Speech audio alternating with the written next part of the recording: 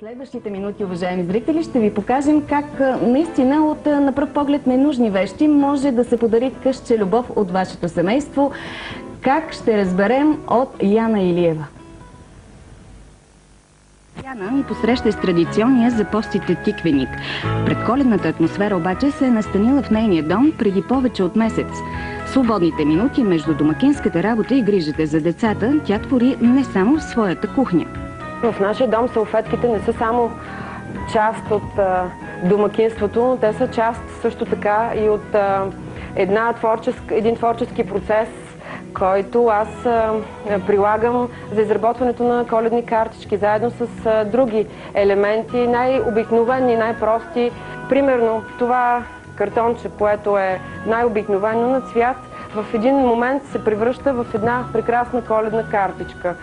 И част от салфетката, за която говорим, по същия начин можем да изберем ето тук този прекрасен дядо Коледа и да го монтираме върху това, което сме избрали. Можем да използваме малки копченца, можем да използваме малки панделки, можем да използваме дори парченца от дреха, някакъв елемент от ненужна стара покривка. Всички елементи, камбанките, които присъстват в тези коледни картички, ни създават светлина в душата и затова аз точно тях използвам.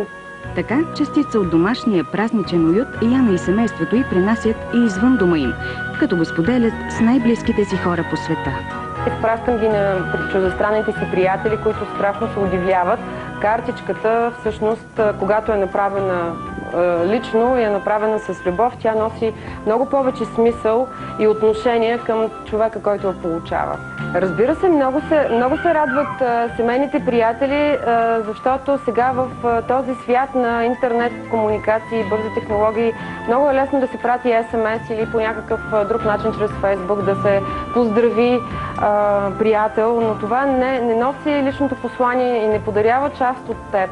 А това, което е смисъл на тази ръчно направена картичка, е да подариш част от себе си, което е най-добрият подарък.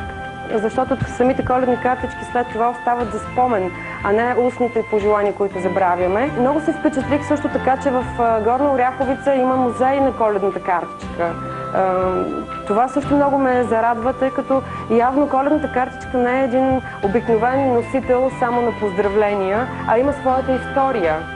Големият син на Яна обаче няма търпението на предците ни, които от дни наред са чакали коледните пожелания да достигнат приятелите им. Затова използва съвременните социални мрежи за бързо споделяне на послания и настроения. В интернет ги размножавам и ги покажем на приятели. Споделям една единствена картичка, за да я видят много хора. Чрез ефира на БНТ Свят, зрителите на България днес по света също по виртуален път ще получат празничното ни послание, написано между кориците на една от уникалните ръчно изработени картички. На зрителите на България днес пожелания за весела Коледа и честита Нова година с много настроение и на здраве!